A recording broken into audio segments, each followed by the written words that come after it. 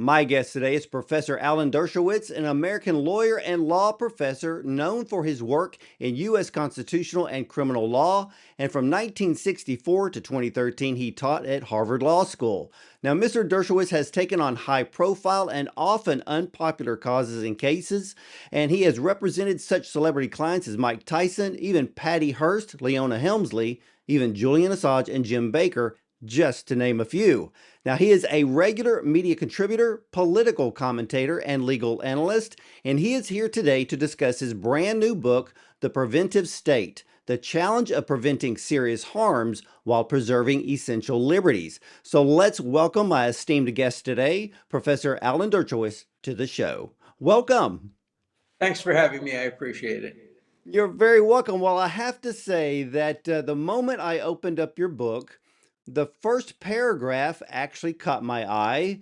And so, is artificial intelligence a threat to the justice system or a threat to our essential liberties, or both? Well, both, and it's also a benefit. What we're experiencing now is more threats of terrorism, of nuclear attacks, of pandemics. We've never been as threatened as we have in the history of the world, but we've never been as able to predict these threats and do something about them thanks to artificial intelligence. So we have a conflict. On the one hand, great threats. On the other hand, great ability to predict them. And what we have to do is balance the need to prevent the threats against any intrusions on our fundamental liberties. That's why after years and years and years of teaching about the preventive state, I finally decided to write what I call my magnum opus, the definitive book on where we're going preventively and how artificial intelligence plays into it. It affects daily things that we read about every day. Deportation is a preventive mechanism. Our attack on Iran was a preventive mechanism. Trying to stop terrorists before they attack us, preventive mechanism. Doing vaccines to try to stop pandemics, prevention, but they all can be overdone. We know that during the pandemic, there were some overuses of preventive mechanisms like shutting down the economy and shutting down schools. So the ability to strike a balance is what I care about most. And we don't have a jurisprudence for that. And that's what I try to set out in my book. I try to create for the first time a jurisprudence of prevention for the preventive state. Yeah, your book is and this is a compliment. It is an exhaustive read, but you cover this subject in absolute detail. Of course, you've had 60 years of experience in law and you've seen both sides here and placed it in this book. I noticed that your book has two subjects. You have the government can accurately predict a harm and act to prevent it. That counts as a true positive, or it can accurately predict that a harm will not occur and then take no preventive action, which that is a true negative. My question is, hasn't truth been muddied by both the government and the media, and maybe in some cases of the judicial system? No doubt about that. We've made many mistakes. The key to our legal system is a recognition that it's run by human beings. We will always make mistakes. Sometimes we can find people who would never commit crimes. Other times we fail to find people who would commit crimes. The same is true with wars. We attacked Iraq on the false belief that they were developing nuclear weapons. That was a false negative.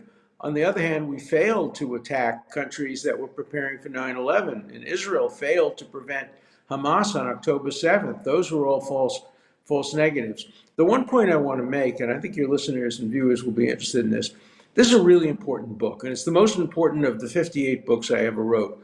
But the New York Times has canceled me. They won't review this book. They reviewed all of my books until the day I defended Donald Trump in the Senate against impeachment. But once I defended Donald Trump, I was now canceled by the New York Times, so they will not review the book.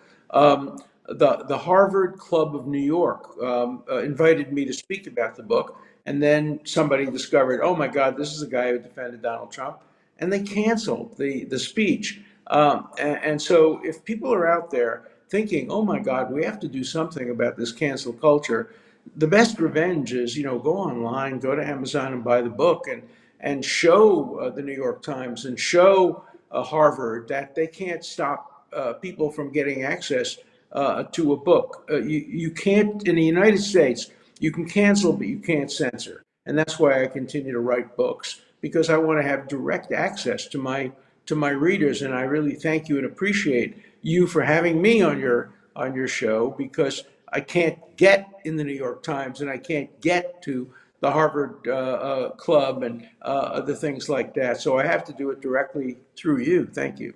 Well, you're very, very welcome. And I know that my viewers are going to, and listeners will appreciate truth here, because when I read your book, and ladies and gentlemen, you have to understand how important this particular book is, because it is unbiased.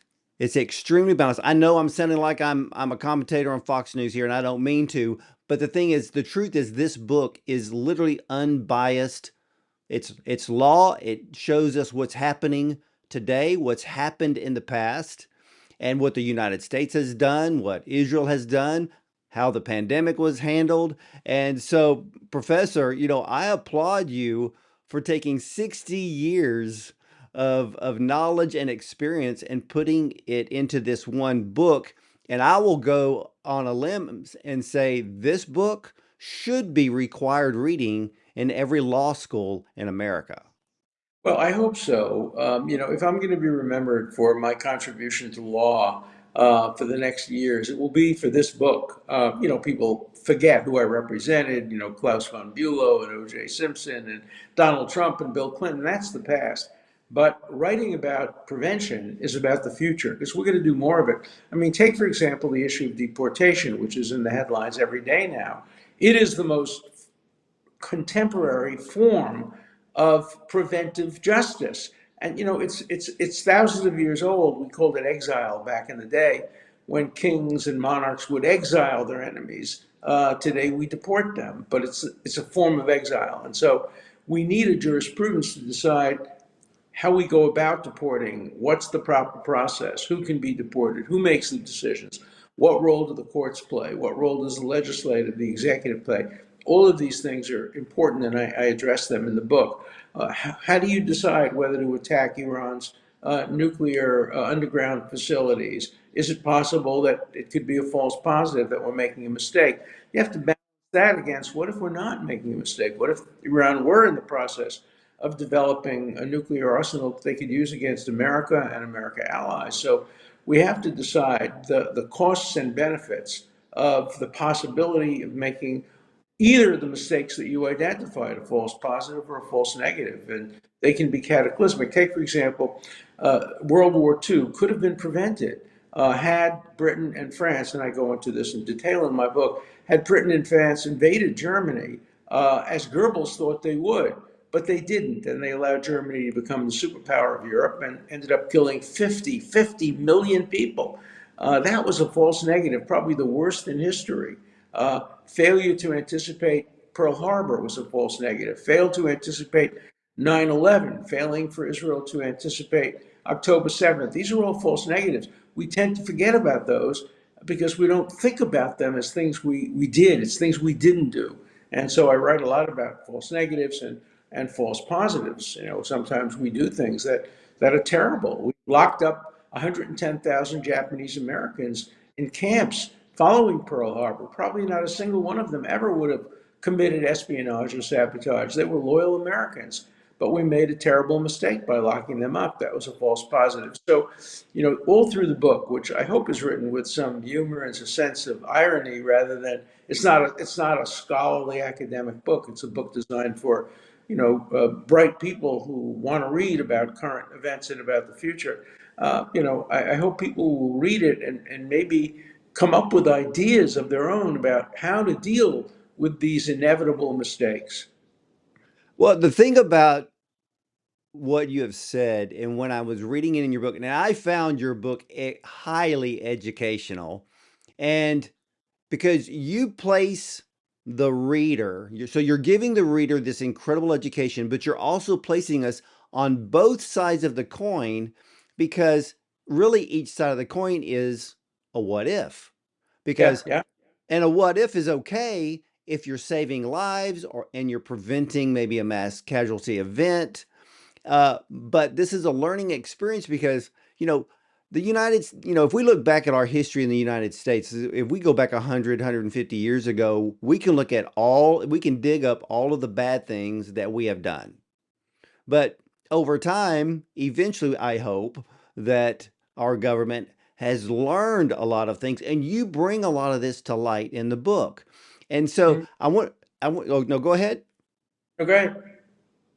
So what I want to bring up is, and for example, the United States and Israel have used preventive strikes to avoid a war, something that the International Criminal Court frowns upon. They look at any preventive strike as being an act of war, but Israel did coordinate strikes on Iran, and of course, the United States carried out the bombings on Iran's nuclear facilities, all to prevent possible attacks against Israel as well as America. Are preventive strikes absolutely necessary?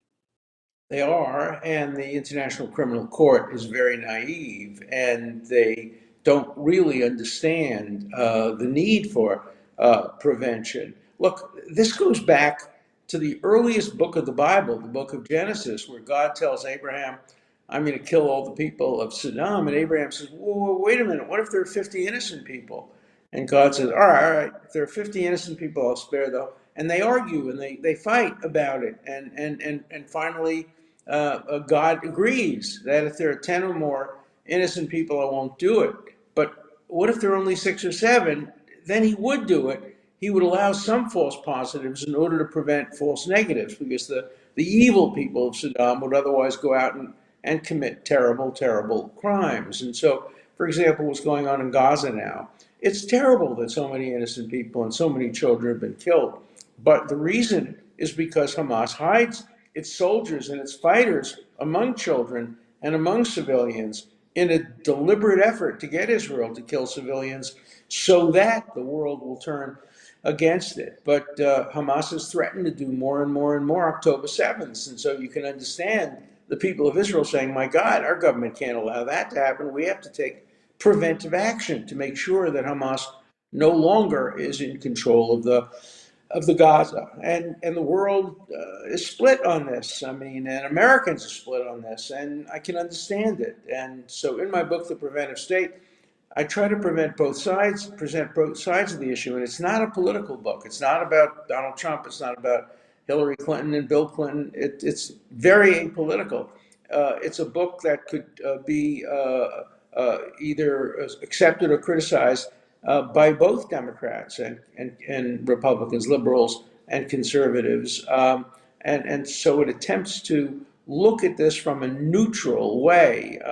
What I always prefer is what I call the shoe on the other foot test. And that is, if what I'm proposing would satisfy the left, would it also satisfy the right? Can it be misused for political purposes? We know that our legal system has been turned into lawfare. And I try very hard to avoid that by coming up with neutral principles, neutral standards that everybody can accept. And that is prevalent in this book because when I read the book, I read it with an unbiased view because I believe that is the only way that a person can learn because too many people are talking and not enough people are listening. And so reading your book is a way for us to take time to listen because of your experience. But like you said, this is an unbiased view. It's the what ifs on both sides of the coin. So let me ask you about 9/11 because you bring this up in the book. And how did 9/11 create the idea of prevention of future crimes? Because you just earlier alluded to that, we put Japanese citizens into detention centers after Pearl Harbor was attacked to prevent a possible attack inside the continental 48. But we didn't round up all the Muslims and place them in detention centers after the towers came down. So what changed? Well, I think we learned our lesson. We learned how bad it was to put so many innocent people in detention. But we did, after 9/11, enact the Patriot Law. and it did permit for some abuses of civil liberties. We know that we sent some people offshore and they were tortured. The man who was behind 9/11 was waterboarded, I think, 58 times because they thought he had information about another impending attack. They weren't trying to get him to admit anything. They didn't care about that. He was clearly guilty. They were trying to get him to, they were doing preventive intelligence, preventive torture. And I have a chapter in the book about whether torture could ever be used. I mean, obviously, if there were a mass attack threatened with a nuclear bomb in the middle of Washington, D.C. or New York, and we caught one of the two perpetrators who knew where the bomb was, I think every government in the world would torture if they had to in order to prevent a million people from dying. But we don't have a law for that. Torture is absolutely prohibited, and therefore we engage in hypocrisy. We pretend we're not doing it, or we send it offshore, which is what happened after 9/11. Look, thankfully, there has been no additional 9/11. And so maybe it worked. Maybe what we did worked, but at a high cost. And so in the preventive state, I try very hard to evaluate the benefits and the costs of action versus inaction. And there are some tragic choices that we often have to make. They're not easy.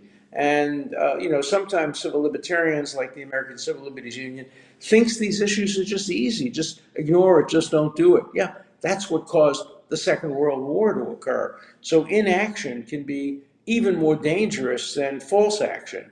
And so we have to strike that balance, and that's what the theme of the preventive state is. Yeah, I read all the chapters, but when I came across the chapter on torture, I was before I even started reading it, I was kind of wondering where you were going to go with it. And so as I was reading, you brought an incredible balance to that chapter. And you bring up Khalid Sheikh Mohammed, who was considered the mastermind behind 9/11, and he was waterboarded 183 times. So what you're saying is torture does it produce a false positive, and it can also produce a false negative? Sure. Oh, yeah. Look, we know that people will say anything under torture. So when torture is used effectively, and I hate to ever use that term because it's such a terrible thing to do to people, they don't do it to get confessions because those will be false. They do it to lead to actionable intelligence. So they'll say to somebody like Khalid Mohammed, don't tell us what you're planning, tell us where the bombs are, and we'll go get them. For example, there's a case in the Philippines where they got somebody, and he was planning to kill the Pope and to blow up 11 airplanes and that were crossing from the Pacific to the United States. They weren't satisfied to just get him to say, oh, yeah, we're going to plan to blow up 11 airplanes. He could easily have lied about that. They said, take us to where the bombs are. And he did. And they stopped 11 planes from going down and take us to where the bomb was that was going to kill the Pope. And they did. And they found a Cossack, a priest's outfit with pockets inside. So for torture to be effective, it has to be self-proving. It can't be based on, is he telling the truth? It has to be self-proving. It always has to be, take me to. For example, there was a case in Germany where they kidnapped the son of a very, very wealthy man, and they had him in a place, and they threatened to torture the guy. And he finally disclosed where the location was, and tragically, by the time they got there, the child was dead. But he did tell them where the place was. And we've had experiences like that in the United States as well, where there have been kidnappings and where the location of the child, sometimes in time to save their life, has been located. And of course, if God forbid any of us out there had our child kidnapped, we would do anything. I know somebody who did the following. This is a story that I've heard directly. Now, it may be true, it may be apocryphal, I don't know, but a very prominent person had his son kidnapped, and the kidnapper sent back part of his ear to prove that they had him. And they asked for $1 million. And this billionaire responded by saying, I'm not going to give you $1 million. I'm going to give you $5 million if you give him back unharmed. But if you touch a hair on his head, I'm going to take that $5 million. I'm going to give it to people I know in the mafia, and they're going to go and they're going to kill you and every member of your family. Within 24 hours, the young boy was returned. And so, that could be very effective. Is it moral? Is it lawful? Those are the kinds of questions that I address in my book, which is chock full of examples. So, the book is just not me theorizing. It's telling about things that have actually happened throughout our history.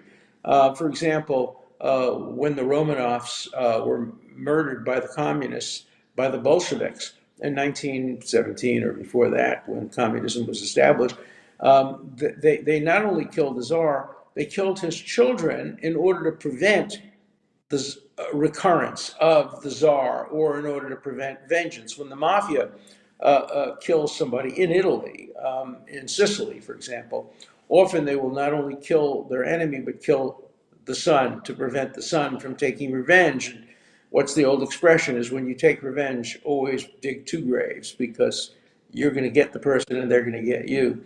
So, prevention goes back through history. The Count of Monte Cristo is one of the greatest books of literature. It's all about revenge, and it's all about prevention. So, Shakespeare wrote about it. Dostoevsky wrote about it. It's been something that's been in the mind of people from the beginning of time, but it's never been written about before in a systematic way. This is the first book ever published on the preventive state, and I'm hoping it will have an impact on policy. So I am hoping that legislators and law professors and others will read it. But they're trying, the people out there who don't like the fact that I defended Donald Trump are trying to suppress this book and all of my writing.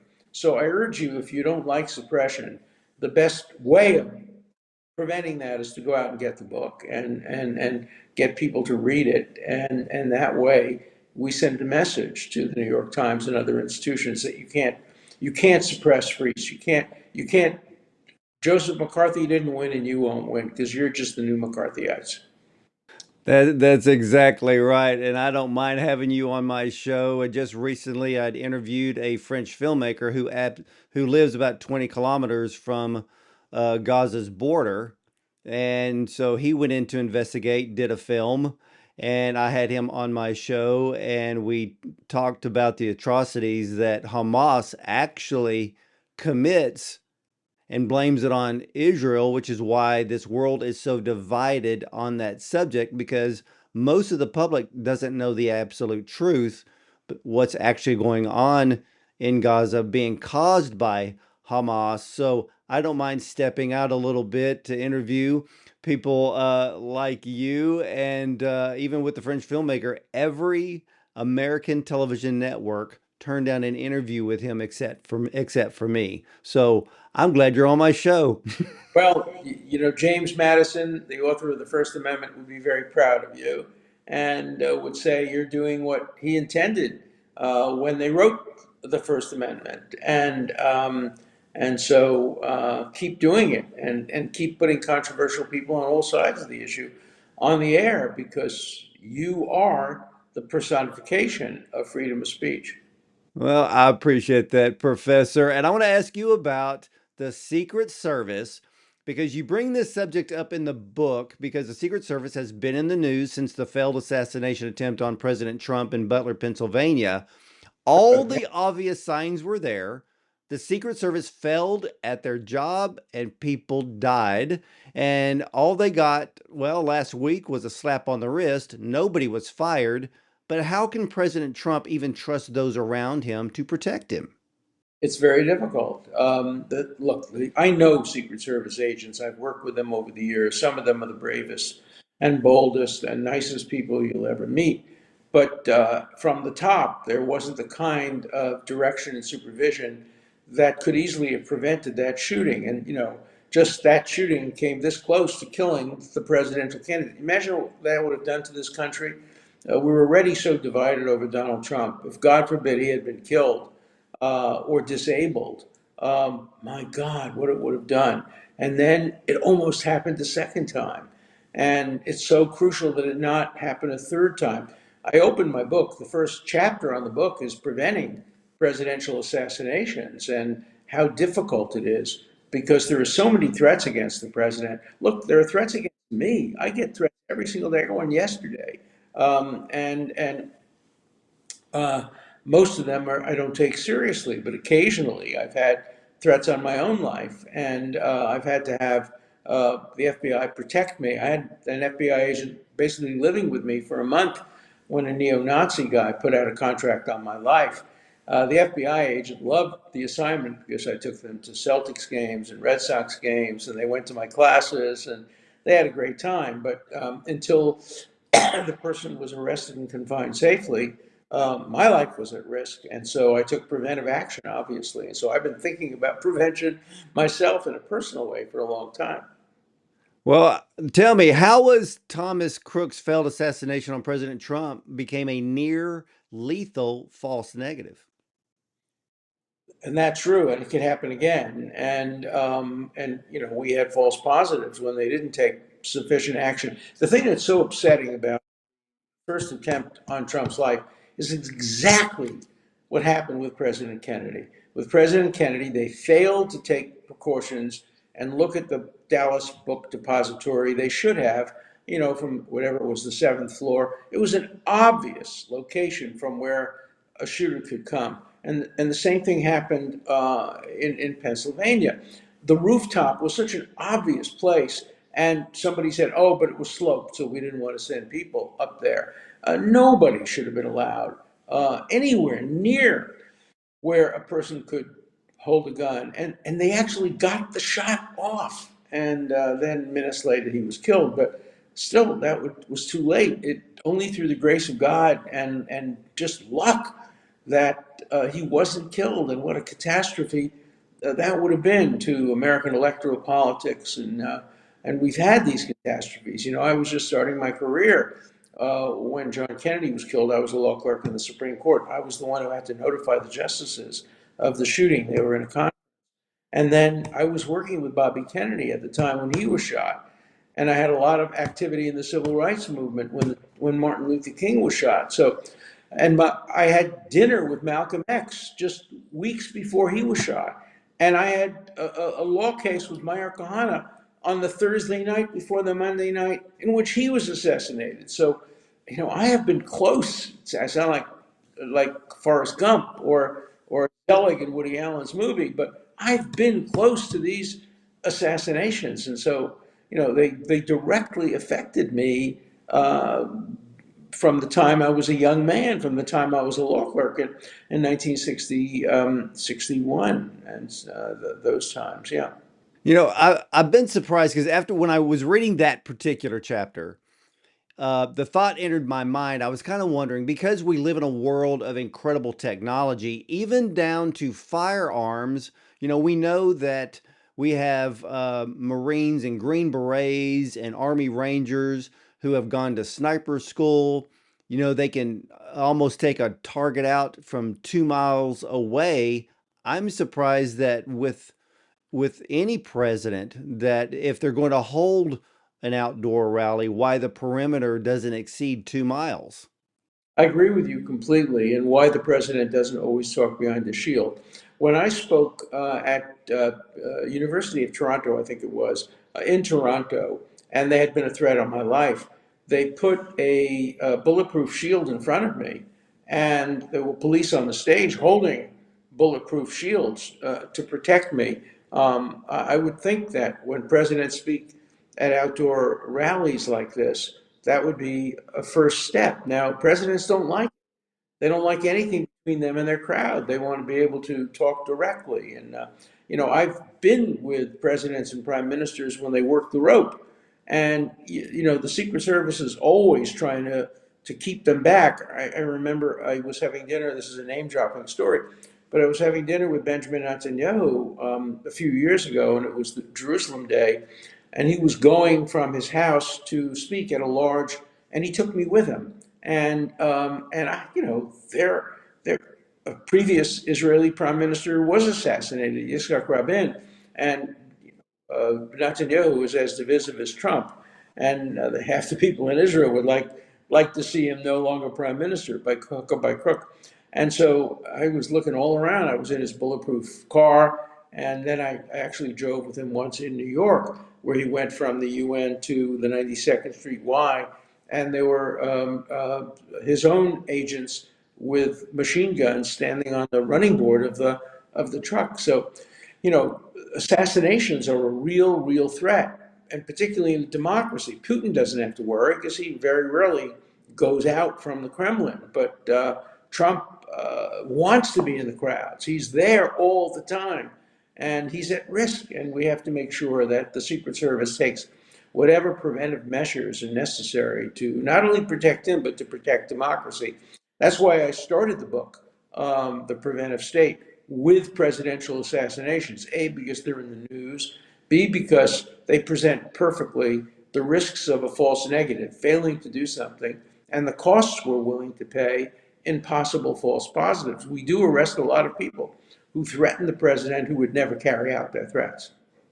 Yeah, it reminds me of the old Tom Cruise movie, Minority Report, where in the future you would get arrested for even thinking about committing a crime.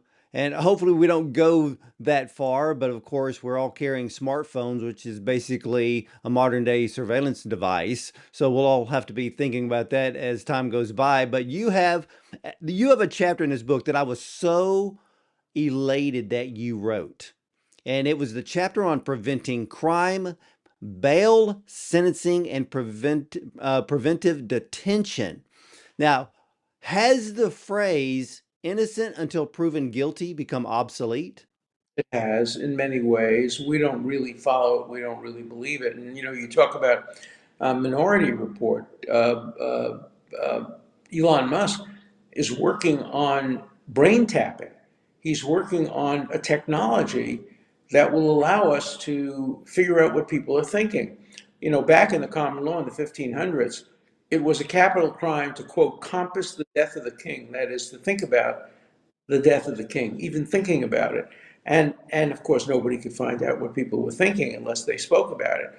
But if Elon Musk's invention comes to fruition, we will have methods for getting into people's thoughts. And imagine the implications of that, because there will clearly be false positives. I mean, we've all dreamed of doing harm to our enemies. We don't do it, but we dream about it, we think about it. And the privacy of thoughts is at great risk. And in the book, I deal with artificial intelligence and all the new technologies that are out there. And it's scary, but it's also reassuring that we can maybe do a better job in preventing violence, but at what cost? And that's the theme of the what cost. Yeah, and it's really kind of scary, but it reminds me of when uh, Jesus said that if you think it, it's already in your heart, and in a way, you've already committed it. Adultery, particularly, yeah, yeah, Yeah, yeah. yeah. So, but but I found that chapter when I read this chapter on bail and the sentencing and the detention, and because you have represented some of the most famous people in the world, you took on cases that nobody in their right mind would touch. With those types of cases, and even cases today where we had uh, P Diddy on trial. I'm trying to even think about, there was times with Michael Jackson and others, even OJ. But where does the public's perception of these trials get in the way of your job? Definitely, without a doubt. Take, for example, the uh, uh, the Chauvin case, the policeman in Michigan or Minnesota who killed a black man who was arrested that gave rise to the Black Lives Movement. Um, there, you had members of Congress, Waters, standing in front of the courthouse, basically threatening a riot if he's not convicted. That clearly had an impact on the outcome of the case, which was grossly unfair. He didn't commit murder. He may have committed manslaughter. He may have been negligent, but he didn't want to kill this guy. And we're seeing it all the time now. Race has played a major role both ways in cases. It's resulted in convictions that shouldn't have occurred, and probably in acquittals that shouldn't have occurred. And that again goes back for years and years and years.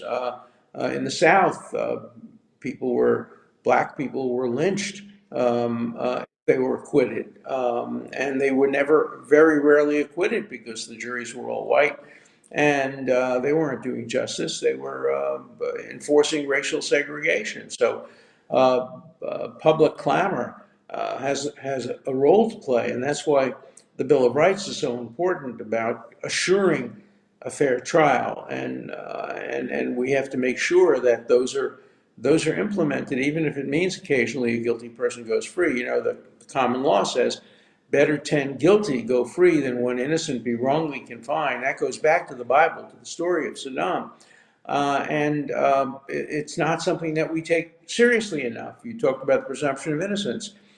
I don't think people are presumed innocent today if they're accused of a crime. I think the first belief is if you're accused, you must be guilty. And I wrote a whole book about it called Guilt by Accusation. So I've been dealing with this issue for a long, long time. The same thing is true in the context of prevention. A stitch in time saves nine,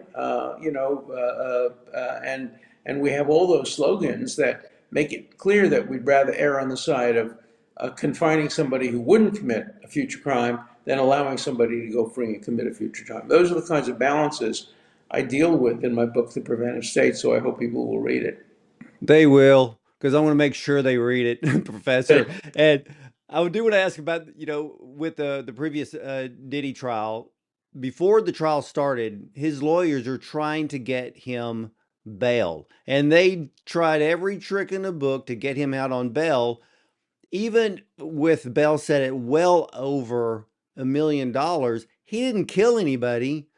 Why was the prosecution so strong in wanting to keep him behind bars? Was it Because that, witness? Were they afraid of witness tampering? yeah, no, I don't think so. I don't think so. First of all, you can do witness tampering from prison. You can have your people do it. I don't think that really was happening. I think what was happening is they weren't sure they'd get a conviction, and they wanted punishment. The same thing happened at OJ. They kept him in prison. There it was double killing, but his punishment was to serve before he was convicted. In the Diddy case, he was acquitted of the most serious crimes and convicted of something that practically half of your viewers and listeners are guilty of. He was convicted, believe it or not, under the Mann Act, which originally said if you travel across straight lines for immoral purposes, you're guilty of a crime. That means if you and your girlfriend travel from New York to New Jersey in order to have sex in New Jersey, technically under the Mann Act, that's a crime. And it's never enforced, never used, but they used it against Diddy, and I believe it will be reversed on appeal. But Well, he's when still people no, go ahead. Go ahead, Professor. still in jail, even though he was acquitted of the most serious charges. Nobody would ever be put in jail based on a violation of the Mann Act. Again, so many people have committed violations of the Mann Act. Well, is that why they set his sentencing way into the future, into either at the end of September or early October? They were just trying to keep him behind bars a little longer. And they may keep him behind bars even longer because the judge, who seems determined to lock this guy up, may sentence him to prison. I don't know of anybody who's ever been sentenced to prison in the modern time for violating the Mann Act. Charlie Chaplin was charged under the Mann Act, and who else? There were other. Jack Johnson, the boxer. There have been a lot of famous people who have been charged, but mostly Charlie Chaplin was charged because they thought he was a communist. Jack Johnson was charged because he was black and a champion boxer. So the Mann Act has been misused, and I'm no fan of Sean Combs, but I don't think he was treated fairly and justly under the system, and I'm hoping the courts of appeals will look into it. Well, we will soon find out. Now, when people sit down and read your book, The Preventive State, The Challenge of Preventing Serious Harms While Preserving Essential Liberties, what do you hope that they will take away from it? First, I hope they'll think about something they haven't thought about before. My God, we're doing this. We're preventing people, but we don't have a jurisprudence. We don't have a framework. We don't know how many people we should be detaining in order to prevent I want them to start thinking about it. I want it to become part of the conversation, part of the democratic process. And then I want to see laws passed to constrain the use of preventive actions to make sure they're used effectively to prevent crimes, but not used promiscuously to lock people up who wouldn't commit crimes. So, it's a very ambitious book. And the first thing is to get people to read it. And so I hope your show will help promote people into reading it. And then, anybody who reads it can write to me. I answer all my letters personally. So if you like the book or don't like the book and write to me, you'll get an answer. Hey, that's fantastic. And ladies and gentlemen, if reliable but uncertain intelligence predicted a mass casualty terrorist attack and indicated likely suspects, what preventive actions would be constitutionally authorized? Detention, interrogation, torture? What if the attack involved a weaponized virus? Should the government compel widespread inoculation that might kill hundreds of people while saving millions? What if an article describing how to circumvent the inoculation mandate was about to be published? Should censorship of the article be authorized? These are the types of questions that Professor Alan Dershowitz has been asking for more than 60 years in his teaching, his writing, and litigation. In this book, he suggests an overarching jurisprudential framework that would set limits to the ballooning power of what he calls the preventive state. This important book offers unprecedented insights into one of the most under-examined developments of our age, the growing magnitude and frequency of threats, coupled with the increasingly effective but increasingly intrusive tools intended to predict and prevent them. His book, it is a masterful analysis and should be read by everyone who cares about security, liberty, and democracy. And I want to thank you, Professor, for sharing your book with me today, as well as your very valuable insights. Well, thank you. You've asked me the best questions of any interviewer who's interviewed me on this book.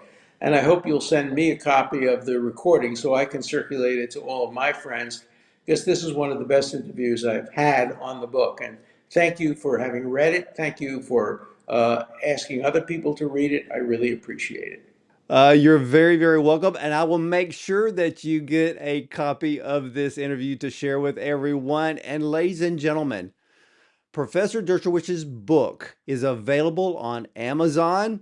The easiest way to get that book and to get that book right now. And of course, I would assume, Professor, that this book is also available in places like Barnes and Noble. Yes, in major bookstores. But because the Times refuses to review it, it's not available in airports. It's not available in smaller bookstops. So, the best thing is either go online or go to Barnes and Noble, and you can get it. I think it's even discounted a little bit on Amazon.com. But please, please read it. And there's also, I think, an audio book or a Kindle, so you can get it in different contexts. So I appreciate that.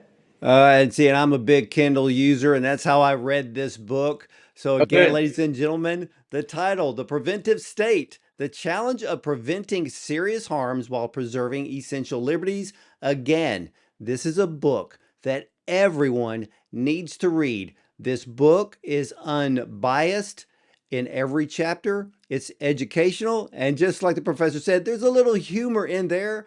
But when you understand the what ifs on both sides of the coin, you'll be, well, more educated. And when you watch the news in the evening, then you're going to start asking the important questions. I want to thank you for watching, and I'll see you next time.